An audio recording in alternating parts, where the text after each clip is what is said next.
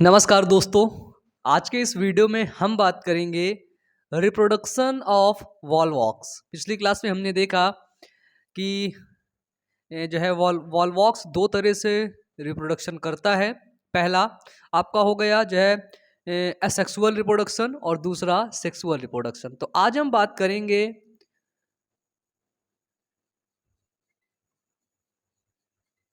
Asexual reproduction of Volvox, यानी कि अलैंगिक जनन के बारे में आज हम बात करेंगे, है ना। अलैंगिक जनन।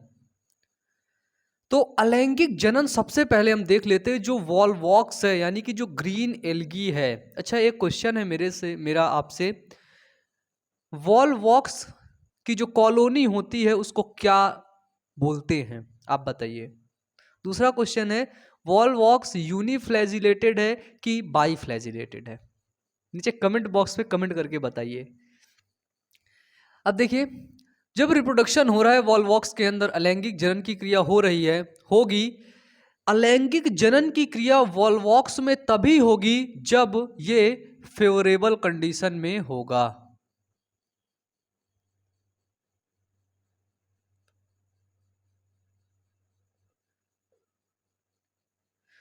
अगर फेवरेबल कंडीशन में नहीं है तो फिर जो है असेक्सुअल रिप्रोडक्शन नहीं होगा। ठीक है, तो अलैंगिक जनन के लिए फेवरेबल कंडीशन होनी चाहिए वॉलवॉक्स के अंदर। अब क्या होता है, मैंने आपको बताया ना कि कॉलोनी होती है, कॉलोनी में सभी सेल, पिछली क्लास में मैंने बताया कि कॉलोनी है, उसी कॉलोनी में सब सेल जो है एक कॉलोनी बना ली जिसको हमने बोला मदर कॉलोनी। ठीक है, उसी में से क्या होता है, सम पोस्टीरियर सेल। ठीक है, यानी कि कुछ उसमें से सेल, कुछ posterior cell of the Volvox colony store food of the colony store food. अब देखो, जैसे मैं आपको इमेज के माध्यम से समझाऊं,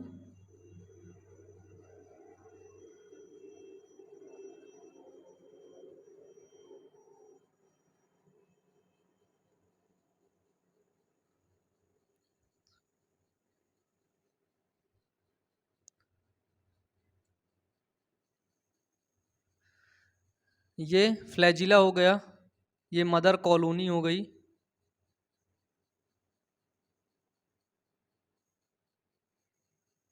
इसमें रिप्रोडक्शन बिल्कुल सिंपल है, बहुत सिंपल है ना।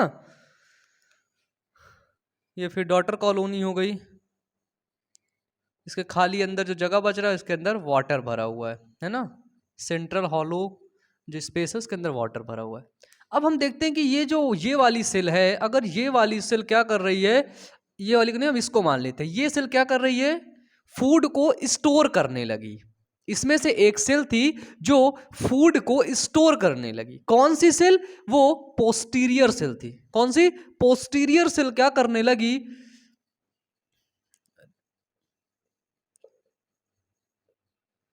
Sorry, posterior cell of the Volvox colony store food, उसने फूड को स्टोर करना शुरू किया। अब अगर ये फूड का स्टोर करेगी तो मुझे बताओ, ये लार्ज होगी कि नहीं, ये दुबली होगी कि ज़्यादा मोटी होगी।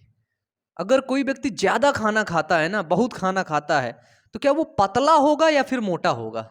अब अपवाद को छोड़ देना, नहीं तो सब कमेंट बॉक्स में कमेंट करके बताने लगे कि अरे मैं तो बहुत खाता हूँ, मेरे को खाना लगता ही नहीं है, लगता है खाना मुझे खाता है, लेकिन सच में मैं भैया बहुत खाना खाता हूँ। सच में मैं बताऊँ ना, मैं भी बहुत खाता हूँ लेकिन पतला हूँ, देखो ना, है ना, इतना मोटा नहीं हूँ मैं। समझ रहे हो, गर्मी के दिनों में किसी से बताना, वो सॉरी ठंडी के दिनों में ना किसी से बोलना मत, मैं वो पहन के रखता हूँ हुडी, है ना, ताकि ऐसे लगता है बढ़िया पैरासूट वाली जो है वो पहन लेता हूँ, जैकेट पहन लेता हूँ, ताकि लगे कि हाँ मोटा हूँ, वैसे चलता रहता हूँ अपना, है ना। अब ठीक है यार, नहीं मोटे हैं तब क्या करें बताओ, है ना। तो मैं समझाने के लिए बता रहा हूँ, जो व्यक्ति ज्यादा खाना खाता है, ज्यादा खाता है, ज्यादा खाता है, मोटा हो जाता है। है ना।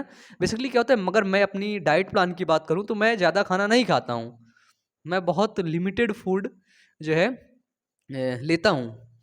तो अब ये सेल क्या करेगी, बड़ी हो जाएगी, है ना, क्योंकि ये सेल स्टोर कर रही है किसको, फूड को।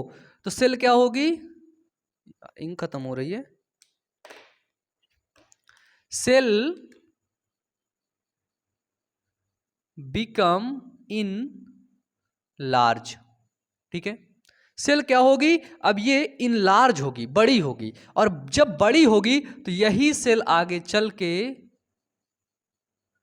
रिप्रोडक्टिव सेल बनती है ना। यही कोशिका जो भोजन को इकट्ठा करती, एकत्र करती है, यही जनन कोशिका बनती है, ठीक है। यही कोशिका क्या करती है, यही कोशिका है जो जनन करती है, रिप्रोडक्शन करती है। अब इसको हमने बोला यह है रिप्रोडक्टिव सेल, इस फूड को स्टोर किया, रिप्रोडक्टिव सेल हो गई। अब इसका नाम क्या है, इसका नाम है गोनिडियम, है ना, reproductive cell also known as gonidium, ठीक है, या फिर रिप्रोडक्टिव सेल कॉल्ड गोनोडियम। तो अब इस सेल को हम बोलने लगे कि ये गोनोडियम है और ये बड़ी हो गई है। क्या, कैसी हो गई ये सेल बड़ी हो गई है। अब क्या होता है इस गोनोडियम के अंदर, अभी मैं जनन पूरा समझाऊंगा, ठीक है।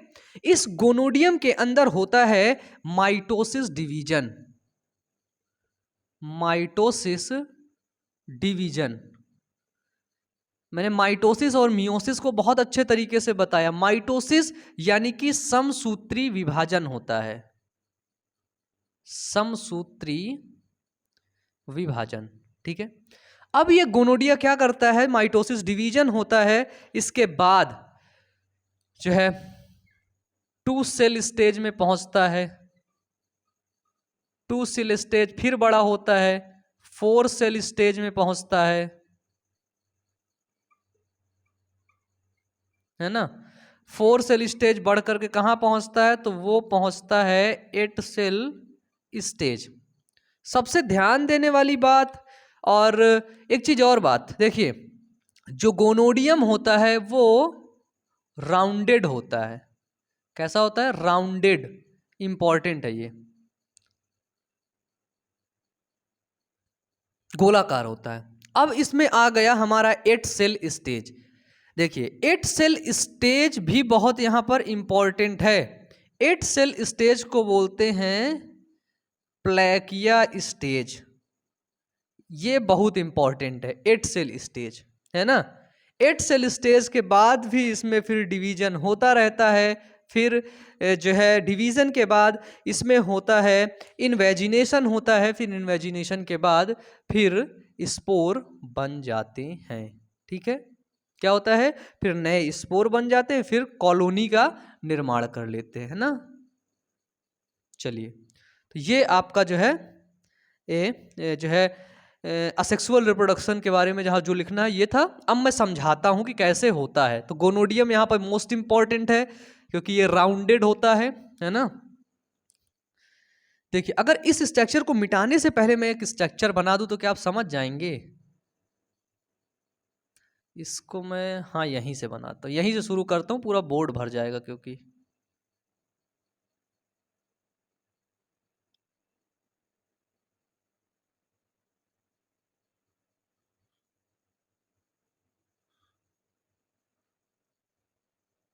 ये देखिए, बताइए इस चित्र को देख के लग रहा है ना कि ये वाले स्ट्रक्चर में बना रहा हूं।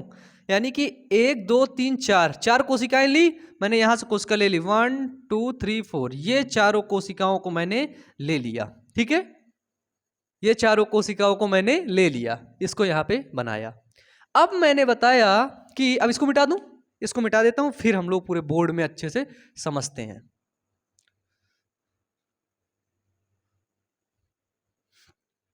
चलिए,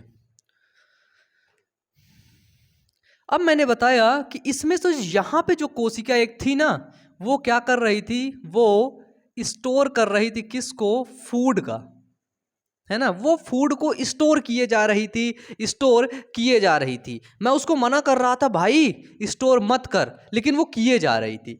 अब वो कोशिका हो गई इन लार्ज, ये ठीक है। अब ये कोशिका हो गई इनलार्ज, यानी कि बड़ी कोशिका हो गई, ये केंद्रक बड़ी कोशिका हो गई, है ना। और राउंडेड हो गई, राउंडेड हो गई, यानी कि अब ये जनन के लिए तैयार हो गई। अब ये बन गई है रिप्रोडक्टिव सेल। क्या नाम बोला मैंने? गोनिडियम, है ना। अब ये बन गई कोशिका गोनिडियम। अब ये जनन के लिए तैयार हो गई। अब मैंने बोला अब इस कोशिका में होता है डिवीजन। अब वो भी कौन सा? लिख लो, माइटोसिस डिवीजन। कौन सा डिवीजन? माइटोसिस डिवीजन होता है, ठीक है। समसूत्री विभाजन होता है, ये हमारा फर्स्ट डिवीजन है ना। फर्स्ट माइटोसिस डिवीजन हुआ। जब फर्स्ट माइटोसिस डिवीजन हुआ तो इसके जो केंद्रक हैं, कैरियोकाइनेसिस जो है ना, कैरियोकाइनेसिस लॉन्गिट्यूडनल होता है, लंबवत कैरियोकाइनेसिस, ऐसे हॉरिजॉन्टल नहीं होता। फर्स्ट में जो कैरियोकाइनेसिस होता है वो लॉन्गिट्यूडनल होता है, अभी समझना।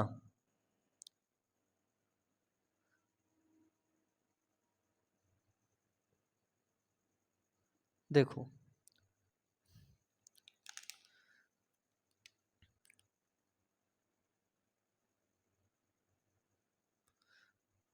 ये आपके दो केंद्रक हो गए, है ना।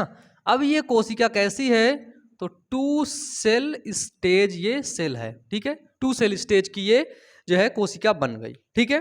फर्स्ट डिवीजन हुआ माइटोसिस, ठीक है। ये डिवीजन जो है विभाजन इसमें जो हुआ, जो केंद्रक का विभाजन हुआ, कैरियोकाइनेसिस हुआ, वो कैसे हुआ? तो वो हुआ लॉन्गिट्यूडिनल, ट्यूडनल, है ना, लंबवत। कैसा डिवीजन हुआ? तो लॉन्गिट्यूडनल हुआ, यानी कि लंबवत डिवीजन हुआ, ठीक है। अब क्या हुआ? अब इसमें फिर से विभाजन होगा। अब इसमें डिवीजन ही तो होगा। अब इस कोशिका में जब फिर से विभाजन होगा तो अब का जो विभाजन होगा अब लॉन्गिट्यूडनल नहीं होगा, है ना। अब जो डिवीजन होगा यानी कि second division, second mitosis division कैसा होगा? तो वो होगा हॉरिजॉन्टल, ठीक है। अब इसमें कितनी कोशिका बन गई? ओ सॉरी, कितने केंद्रक बन गए? तो इसमें 4 केंद्रक बन गए, है ना। 4 केंद्रक बना, यानी कि अब ये जो सेल बनी, ये कोशिका बनी, ये हो गई 4 सेल स्टेज। कितनी कोशिका हुई? 4 कोशिकाएं, 4 सेल स्टेज। अब ये 4 सेल स्टेज में फिर होता है थर्ड डिवीजन। क्या होता है? डिवीजन, है ना। फिर इस 4 सेल स्टेज में डिवीजन होगा। जब 4 सेल स्टेज में डिवीजन होगा तब ये पहुंच जाएगा, हो जाएगा, यानी कि जो है 4 कोशिका से 8 कोशिका बनेगी, है ना। अब इसको किनारे वाला ये देखिए, है ना। इसको बार बार इसलिए मैं बना रहा हूं ताकि आप इसको समझ जाएं कि इसको मैं कॉलोनी से ही लिया हूं, एक कोशिका बढ़ रही है ना। अब ये हो गई 8 सेल स्टेज, 2 3 4 5 6 7 8, है ना। ये हुआ 8 सेल स्टेज। अभी देखना, अभी 8 सेल स्टेज जो है इसमें अभी तो जो है फ्लैजिला नहीं हुआ, ठीक है। फ्लैजिला नहीं आया अभी, फ्लैजिला भी आएगा तो मैं बताऊंगा। अब 8 सेल स्टेज हुआ, 4 सेल स्टेज से ये पहुंचा 8 सेल स्टेज में। कौन सी सेल स्टेज है? 8 सेल स्टेज। और इस 8 सेल स्टेज को 8 जो कोशिकी अवस्था को बोलते हैं प्लैकिया स्टेज, मोस्ट इंपॉर्टेंट है ना। क्या बोलते हैं? प्लैकिया स्टेज। यही मैं आपको बताने वाला था कि 8 सेल स्टेज को बोलते हैं प्लैकिया स्टेज। अब 8 सेल स्टेज में फिर डिवीजन होता है ना। और वही डिवीजन होता है, माइटोसिस डिवीजन ही होता है। अब देखो क्या होगा, 8 से बनेगा वो 16 कोशिकी अवस्था का। 1 2 3 4 5 6 7 8 9 10 11 13 14 15 16, है ना। अब इसमें फ्लैजिला अंदर की तरह विकसित हो रहे हैं, ये देखिए, है बिल्कुल सिंपल। अब ये कितनी सेल स्टेज है? ये है 16 सेल स्टेज, है ना। 16 कोशिकी अवस्था हो गई, लिखिए इसमें 16 सेल स्टेज। अब इस 16 सेल स्टेज में क्या होता है? 16 सेल स्टेज में एक बहुत इंपॉर्टेंट पॉइंट आता है जिसको बोलते हैं फैलोपोर। पोस्टीरियर साइड फैलोपोर आ जाता है, फैलोपोर, है ना, फैलोपोर आ जाता है। ये देखिए, पोस्टीरियर साइड किसका निर्माण होता है? फैलोपोर का। फैलोपोर क्या करता है? फैलोपोर आगे जाकर के इनवेजिनेशन करता है। इनवेजिनेशन मतलब कि ये कोशिका को ऐसे बीच से घुसा देगा, ये कोशिका को यहाँ पहुंचाएगा, है ना। जब इस कोशिका को ऐसे पहुंचाएगा फिर इसको गोला गोला कर डालेगा, ये है ना फैलोस्पोर। ठीक है, फैलोपोर क्या करता है? बहुत इंपॉर्टेंट है, ये इन्वर्टेड करता है, इन्वर्टेड हो जाता है, इन्वर्टेड करता है कोशिकाओं को।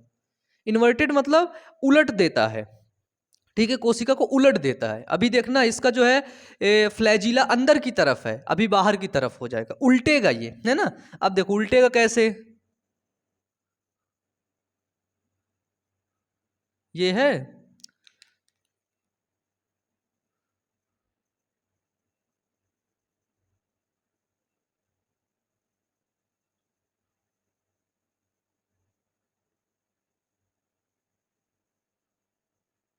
ये देखो,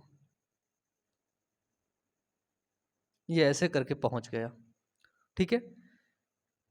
इस क्रिया को क्या बोलते हैं? इस क्रिया को बोलते हैं इन वेजिनेशन। क्या बोलते हैं? इस क्रिया को बोलते हैं, होने लगा इन वेजिनेशन, NATION, है ना। यानी कि इसको इनवर्टेड भी बोलते हैं, है ना, उलट जाना, नहीं इन्वर्टेड। अब ये उलट रही है कोशिकाएं, ठीक है। फिर नेक्स्ट क्या होगा?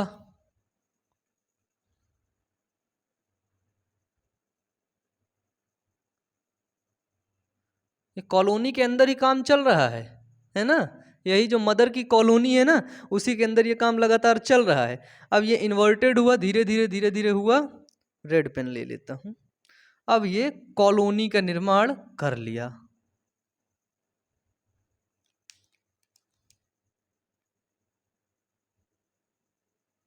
यानी कि जितनी भी कोशिकाएं थी वो अब उलट चुकी हैं, है ना। उलट के धीरे धीरे धीरे धीरे जुड़ के ये वाला पोर इस वाले पोर से मिल गया। कैसे मिला? देखो, ये इधर की तरफ जाएगा, सकरा हुआ, सकरा सकरा सकरा सकरा कैसे करके ये देखो मिल गया, है ना। तो ये मिला हुआ भाग मैंने आपको दिखाया। अब इनके देखो, इनके जो फ्लैजिला थे देखो बाहर की तरफ हो गए। गौर से देखो, बहुत देखने वाली बात है, इंपॉर्टेंट बात है। अभी फ्लैजिला कैसे थे? अभी फ्लैजिला अंदर की तरफ थे, ये देखिए। अब फ्लैजिला कैसे हो गए? अब फ्लैजिला हो गए आपके बाहर की तरफ, ठीक है। फ्लैजिला कैसे हो गए? बाहर की तरफ हो गए। फिर अब इसमें क्या हुआ? इसमें फ्लैजिला विकसित हुआ, फ्लैजिला विकसित हुआ, और फ्लैजिला विकसित हुआ। फिर इस ये जो वॉल थी, ये वॉल को इसने रप्चर कर दिया, वॉल को इसने जो है तोड़ दिया, ठीक है। और तोड़ने के बाद अपनी ये जो है स्वतः एक इसने कॉलोनी का निर्माण कर लिया। ये देखो, वॉलवॉक्स ने क्या किया? खुद ही अपनी एक जो है कॉलोनी का निर्माण कर लिया।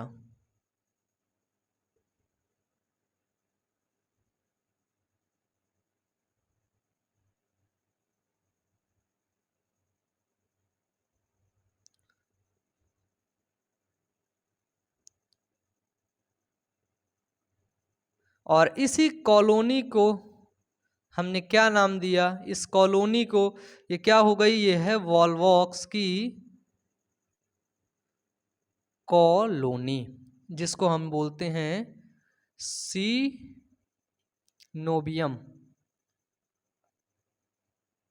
क्या बोलते हैं? सीनोबियम। ठीक है, किसका निर्माण कर लिया? तो इसने सीनोबियम यानी कि वॉलवॉक्स की कॉलोनी का निर्माण इसने कर लिया। ऐसे होता है इसमें डिवीजन। ठीक है, सबसे पहले क्या हुआ, एक कोशिका थी वॉलवॉक्स की कॉलोनी में से, वो कोशिका फूड को स्टोर कर रही थी, स्टोर कर रही थी। उसने फूड को स्टोर किया, अब वो बन गई है रिप्रोडक्टिव सेल।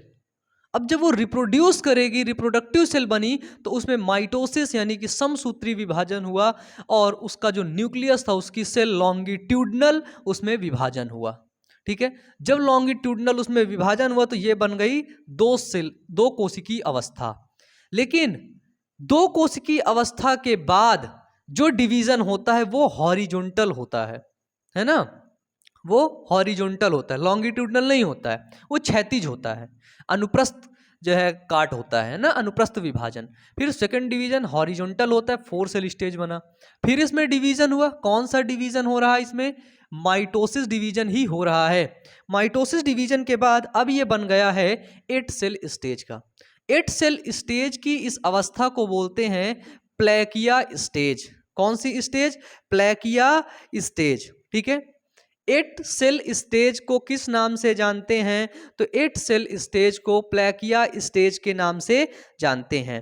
फिर इसमें कौन सा डिवीजन हुआ? फिर माइटोसिस डिवीजन हुआ। फिर क्या बना? 16 सेल स्टेज बना, जहां पर फैलोस्पोर का निर्माण हो गया, और ये पोस्टीरियर साइड में फैलोपोर का निर्माण हो गया। ठीक है, अब इसके बाद अब ये आगे बढ़ा, आगे इसमें क्या हुआ? इन्वेजिनेशन हुआ, ये उलट गया।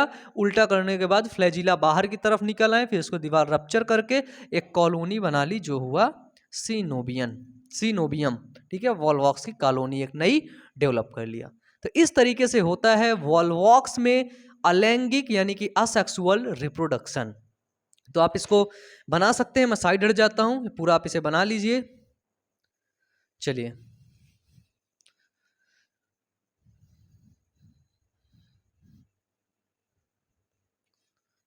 अब इसमें अगर लिखना होगा तो क्या लिखेंगे?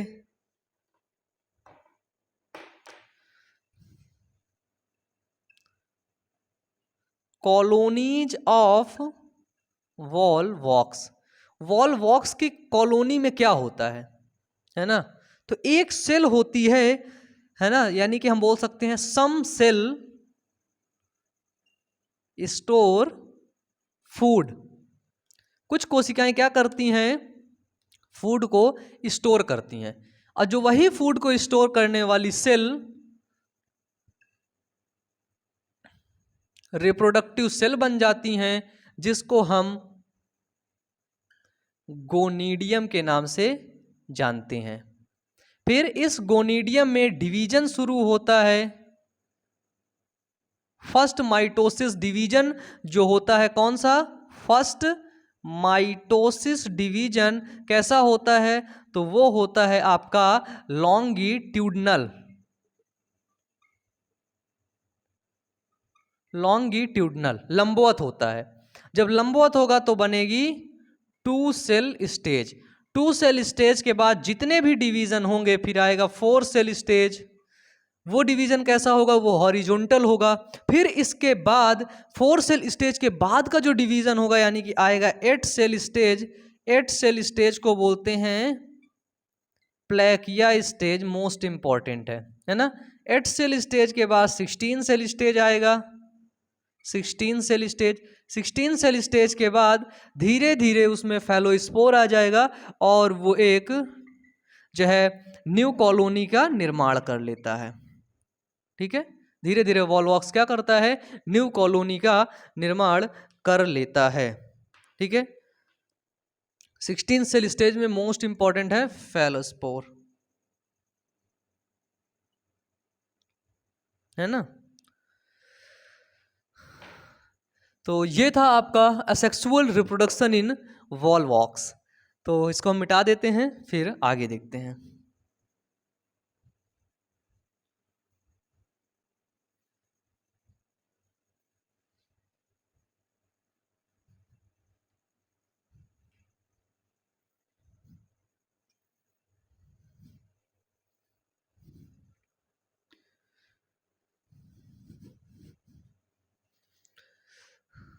तो मुझे लगता है आज की क्लास हम लोग यहीं तक रखते हैं। आज हम लोग असेक्सुअल रिप्रोडक्शन पढ़े हैं। कल की क्लास में हम लोग पढ़ेंगे सेक्सुअल रिप्रोडक्शन।